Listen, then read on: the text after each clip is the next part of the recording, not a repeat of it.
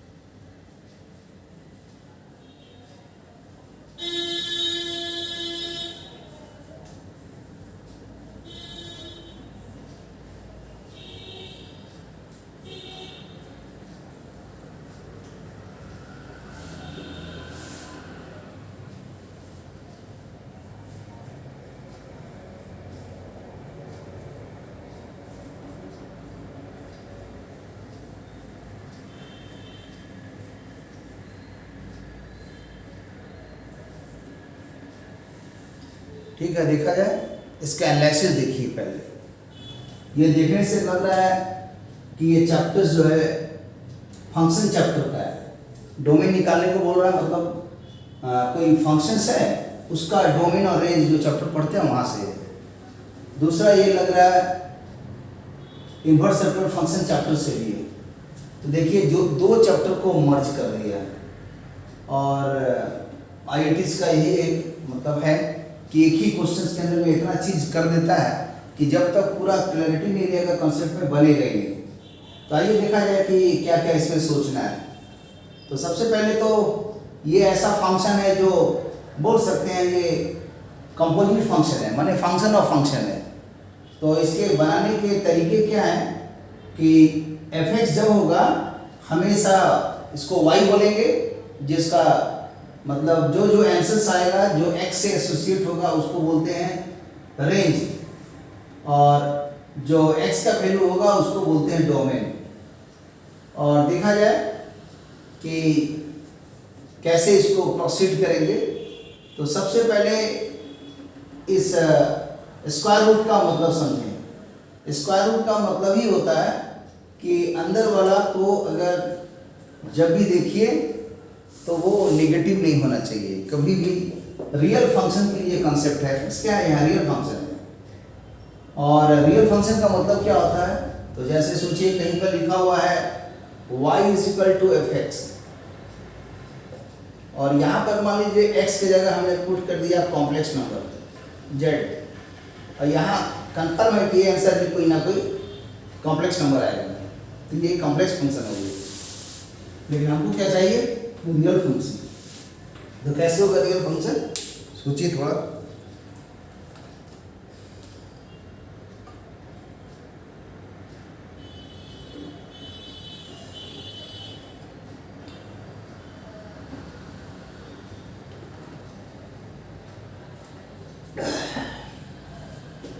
तो real function का यहाँ मतलब है कि हमेशा ये भी रियल होना चाहिए, ये भी रियल होना चाहिए।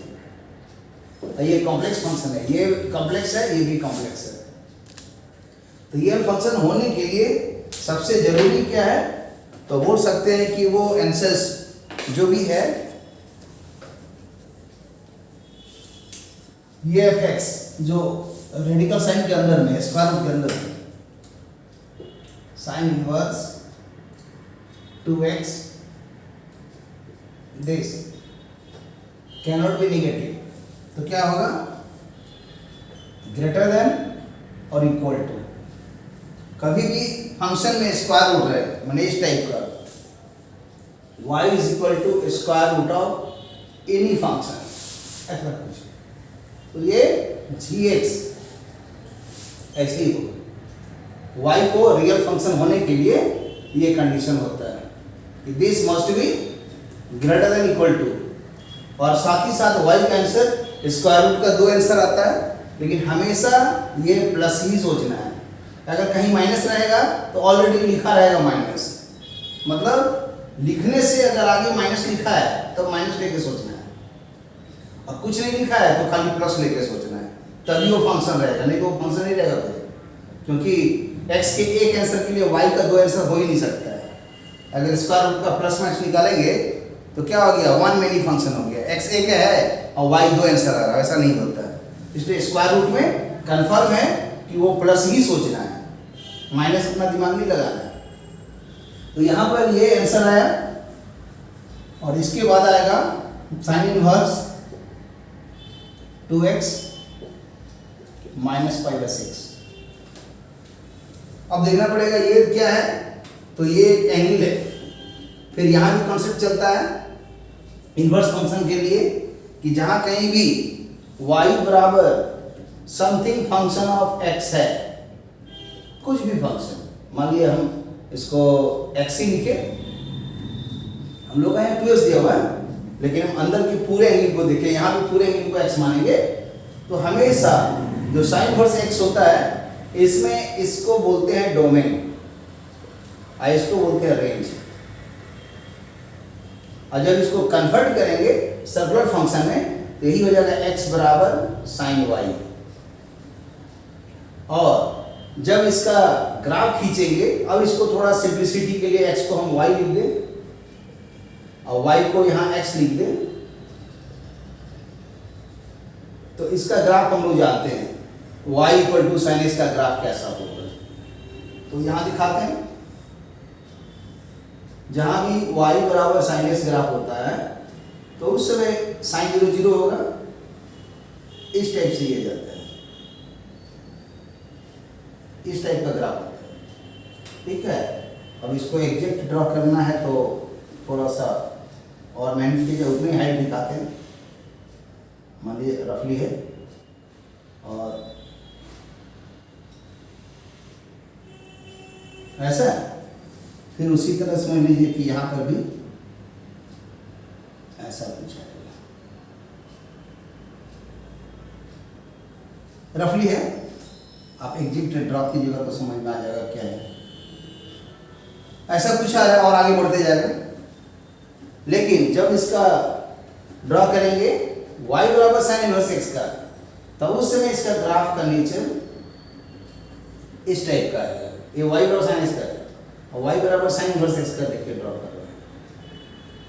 तो हमेशा ये जो x है ये तो कहलाएगा एक तरह से वैल्यू, ये कहलाता है वैल्यू, और ये y कहलाता है एंगल। तो इस इनवर्स फंक्शन में जो भी वैल्यू होता है x, वो -1 से +1 के बीच में ऑसिलेट करता है, ये x का वैल्यू। और जो y का वैल्यू होता है यहाँ पर ये होगा -π/2 से लेकर के +π/2 तक, ऐसा होता है। तो इसलिए जब इसका ग्राफ प्लॉट करेंगे तो x -1 से +1, जैसे यहाँ पर भी क्या है, ये वाला हाइट है +1, ये हाइट कौन है -1 है। तो ये आंसर जो है अगर देखा जाए, लाइन अगर यहाँ से हम ड्रॉ कर दें और यहाँ भी एक लाइन ड्रॉ कर दें, तो ये शो कर रहा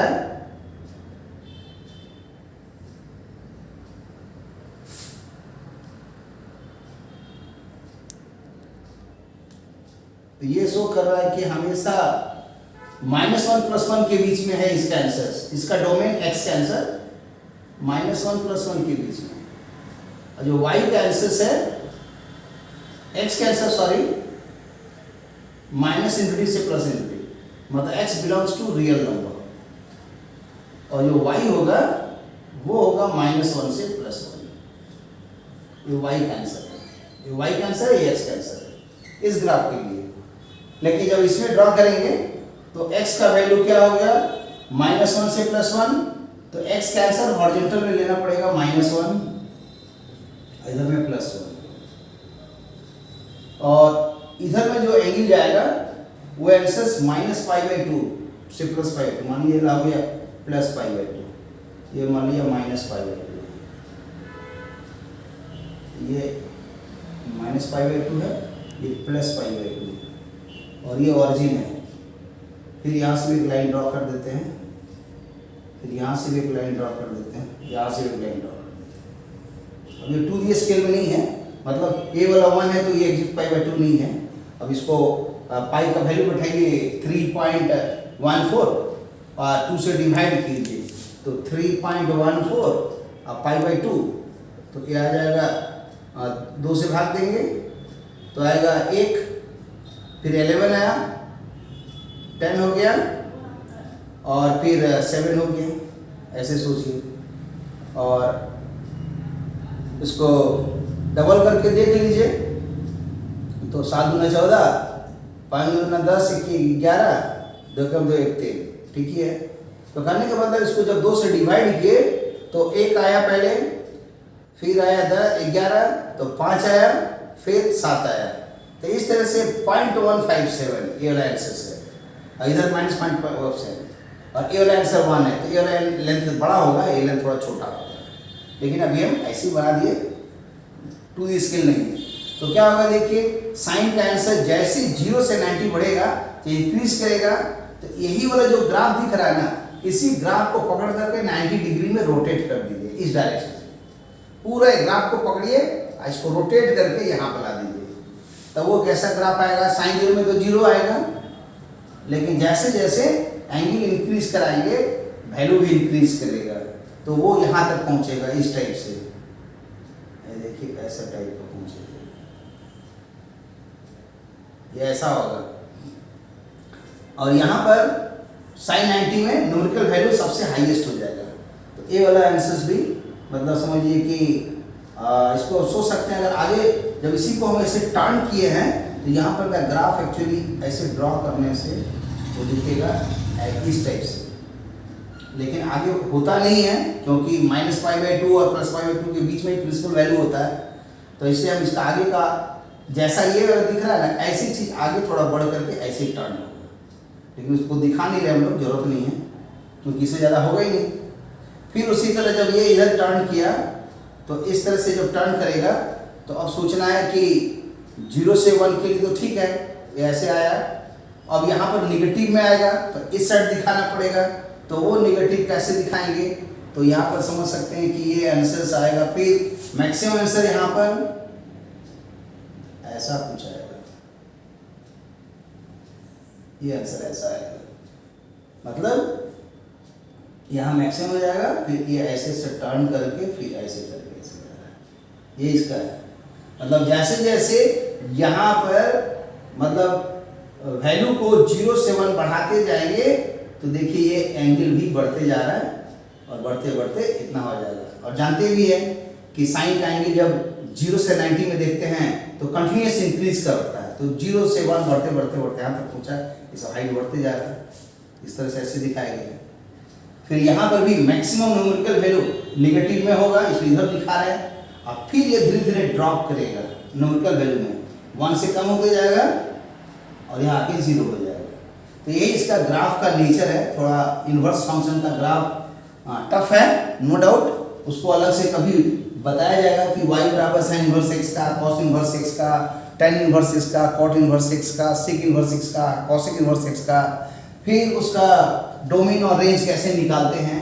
तो पहले इस फंक्शन को पढ़ाएंगे ट्रिगो में, ट्रिगोनोमेट्रिकल आइडेंटिटी में। कुछ तो कंसेप्ट हम दिए हुए ट्रिगोनोमेट्रिकल आइडेंटिटी का, जैसे अगर वीडियो देखिएगा तो उसके अंदर में 11 टॉपिक्स आता है। कौन कौन 11 टॉपिक्स आता है, तो समझिए पहले 5 बोल रहे हैं, फिर 5 बोल रहे हैं, लास्ट में 1 बोल रहे हैं। तो जो बीच का 5 है उसमें कौन है, पहले कंपाउंड, फिर ट्रांसफॉर्मेशन, फिर मल्टीपल, फिर सब मल्टीपल, फिर कंडीशनल। तो ये 5 हो गया। और लास्ट में जो है 11 नंबर में है वो है समेशन ऑफ सीरीज। वो कैसा होता है, sine alpha plus 2 beta plus sine alpha plus 3 beta, ऐसे ऐसे एन टर्म तक रहेगा, उसका सीरीज कैंसर निकालना है। ये सब आजकल ऑब्जेक्टिव बहुत आता है। जेईई मेन में भी और आईआईटीज में भी। उसी तरह कॉस का सीरीज रहेगा, तो ये सब भी जरूरी है। और उसके पहले का जो 5 है, उस 5 के अंदर में कौन कौन आता है, तो पहला आता है theta equal to L by R वाला कॉन्सेप्ट, और वो एस एल ओनी की किताब से पढ़िए, ज़्यादा अच्छा है। और उसको फिजिक्स में भी बहुत यूज़ करते हैं, खासकर रोटेशन चैप्टर्स में, जहाँ जहाँ भी रोटेशन मिलेगा। और मैंने रोटेशनल फिजिकल क्वांटिटी के लिए theta equal to L by R का कॉन्सेप्ट, इवन वो मैग्नेटिक इफेक्ट ऑफ करंट में भी उसका यूज़ होगा, रोटेशन चैप्टर में भी यूज़ होगा, रोलिंग मोशन में भी यूज़ होगा, चाहे कैनेमेटिक्स पढ़िए, चाहे न्यूटन लॉ पढ़िए, चाहे वर्क ऑफ एनर्जी पढ़िए। और दूसरा चैप्टर जो है उसी का आएगा, जिसको हम लोग बोल सकते हैं एलिमेंट्री ट्रिगोनोमेट्री, जो 9-10 तक बेसिक में जो पढ़े हैं आप लोग। सीबीएसई में 10 तक है, आईसीएसई में 9-10 दोनों में है। इसका तीसरा आता है allied angle, related angle, all sine tan cos वाला, जो sine 180 minus theta, sine 270 plus theta, वो सब वाला। फिर तीसरा के बाद चौथा आता है एलिमिनेशन, और पांचवा में आता है जिसको बोल सकते हैं, जो आईटी के सिलेबस में लिखा हुआ है, ट्रिग्नोमेट्रिकल फंक्शंस, देयर ग्राफ, फिर domain and range and periodicity.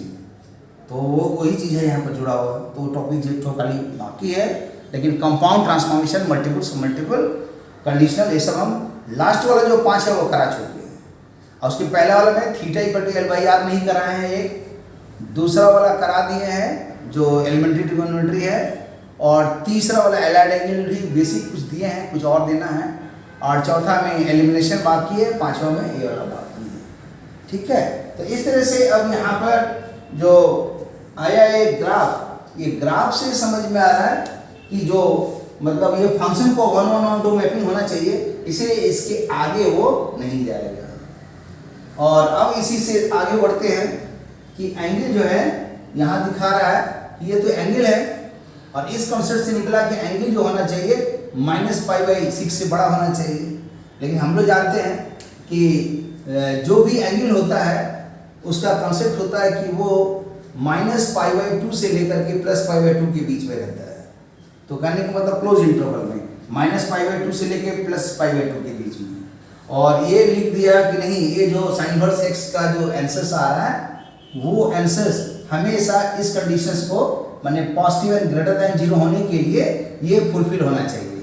तो जब ये फुलफिल होना चाहिए, तो इसलिए हम लोग लिख सकते हैं कि ये जो साइन इनवर्स x है, मैंने एक लिख देंगे कि बट साइन इनवर्स x हम लोग जानते हैं 2x का जो ये हो गया एक प्रकार का एंगल है, तो एंगल का आंसर क्या होगा, मिनिमम -π/2 ओपन इंटरवल, और ये +π/2 क्लोज में आएगा। तो मैंने क्लोज इंटरवल में -π/2 +π/2 के बीच में ये एंगल होता है। और ये जो वैल्यू होता है ये -1 से लेके +1 के बीच के क्लोज इंटरवल में होगा, जैसा कि यहाँ पर हम लिखे हैं -1 से +1 के बीच में होता है जो भी इसके वैल्यू होते हैं। बट जो एंगल होता है वो -π/2 से +π/2। y को एंगल बोलते हैं, साइन इनवर्स x को एंगल बोलते हैं, इसलिए ये -π/2 से +π/2 है, और आगे एंगल नहीं होगा। जबकि इसमें एंगल -2 से +1 पूरा दिखाया जा रहा है, और इसका वैल्यू जो होगा -1 से +1 वो यही है। माने जो इसमें जो आ रहा है रेंज -1 से +1, वही यहाँ पर डोमेन बन गया है -1 से +1। और इसका जो रेंज निकाले वो एंगल जो था वहाँ पर -20 से +20 के बीच में एंगल होता है, बट इसमें एंगल कट हो जाता है, क्योंकि उसको मतलब 1-1-1-2 फंक्शन होना जरूरी है उस समय। तो अब इतना के बीच में होना चाहिए, और ये बोल रहा है कि नहीं -π/2 से -π/6 से बड़ा होना चाहिए।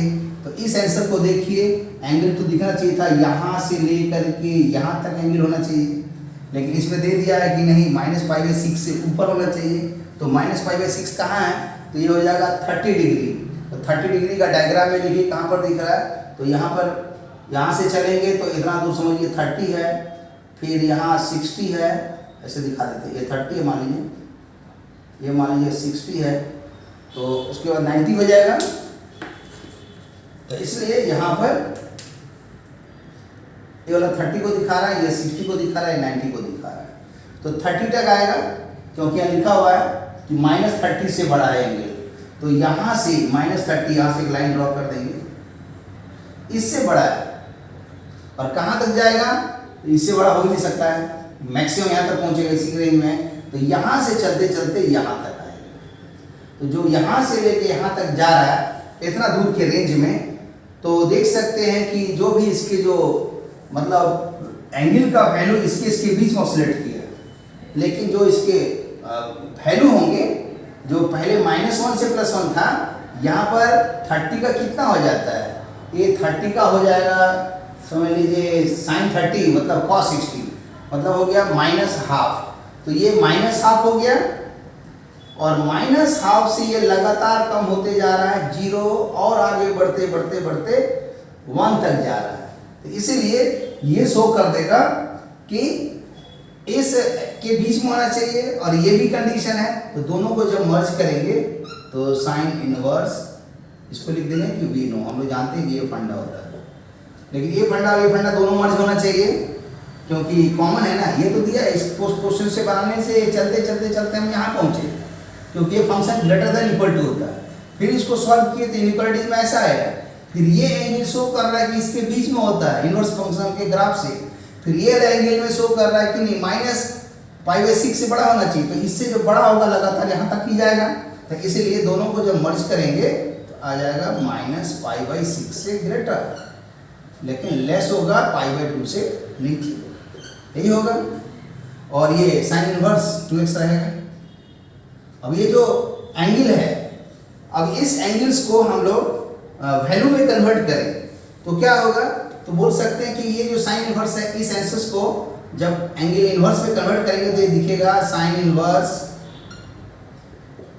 माइनस में ये 30 डिग्री था तो ये हो जाएगा माइनस साइन 30 का मतलब हो गया हाफ, तो ये -½ का है। और ये जो है मतलब इसमें क्या किया गया है, माइनस इसको साइन इनवर्स में इतना लिख दिया गया है। फिर ए वाला तो ऐसे ही रहेगा और ए आ जाएगा साइन 90 में मतलब π/2 में, ऐसे सोचिए। तो यहाँ से जो इन्वर्स हट गया तो अब देखिए क्या होगा, सब इन्वर्स हटा देंगे तो -½ 2x और ये साइन 90 का मतलब 1 हो गया। अब इसमें देख सकते हैं कि साइन 90 का 1 होता है, वही यहाँ लिख दिए हैं, और ए वाला -60 है तो इसका आंसर्स में आ जाएगा कि -π/6 माने 30 डिग्री, तो साइन 30 डिग्री -½ होता है, यहाँ डायग्राम से देख रहे हैं, क्योंकि साइन 30 माने क्या होगा cos 60, तो वही cos 60 का जो हाफ हुआ साइन 30 का भी हाफ भी होगा, तो वही यहाँ लिखा हुआ है, नेगेटिव में आएगा। अब इसमें इनइक्वालिटीज है तो ये पॉजिटिव है, 2 से डिवाइड कर देंगे तो x का आंसर क्या हो गया -1/4 और यह हो गया हाफ। तो इसके बीच में होगा तो देखिए ये तो है नहीं और ये भी नहीं दिख रहा है, ये भी नहीं, ये वाला लास्ट वाला देखिए -1/4 से हाफ आ जा रहा है।